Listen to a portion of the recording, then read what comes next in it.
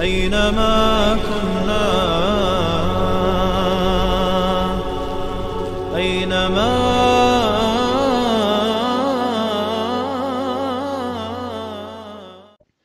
السلام علیکم و رحمت الله و برکاته. خوش آمدید دوستان گرامی به برنامه رمضانی که هر روز برای شما از حدیث های پیامبر صلی الله علیه و سلم پیشکش میکنیم. امروز حدیثی است که جزء متعلق به روزه می باشد. انس ابن مالک رضی الله عنه میگویند که پیامبر صلی الله علیه و سلم گفتند: حبب الی من الدنیا النساء والطیب وجعل قرة عینی فی الصلاة. پیامبر صلی الله علیه و سلم گفتند: از دنیای شما، از دنیا من سه چیز رو دوست داشتم. یکم یعنی زن رو دوست داشتم و خوشبویی رو دوست داشتم و نماز رو دوست داشتم که چشمان من استقرار می شود، آرام می گیرم در نماز است.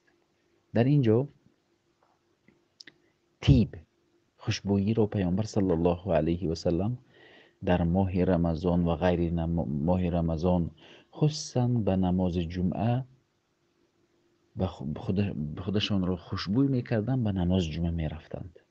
این در یگان اثر وارد نشده است که پیامبر استفاده خوشبویی رو در رمضان منع کرده باشند. برای این وقتی که انسان خوشبویی بر خود استفاده میبرد، بویش به دماغش میرسد، یعنی روزهش نمیشکند. و اینچنین مسواک، پیامبر صلی الله علیه و سلم گفتند: لولا ان اشق علی امتی لامرتهم بالسواک فی کل صلاه علی کل صلاه.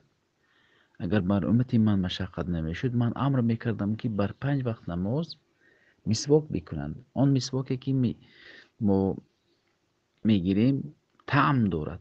بعد وقتی که دندان رو میشوییم، یعنی طعمش بر ما میرسد که این طعم اگر به درون ما وقتی که وارد شود، این رو الله مورد بخشش قرار داده است. پیامبر صلی الله علیه و سلم من نکردم. بنابراین این خوشبویی، اما خوشبویی رو مخصوص قصدن رفته بوی کردن، این من می باشد. خوشبویی رو وقتی که به لباس زدید، اگر بر شما وقتی که به دماغتون رسید، باکی ندارد.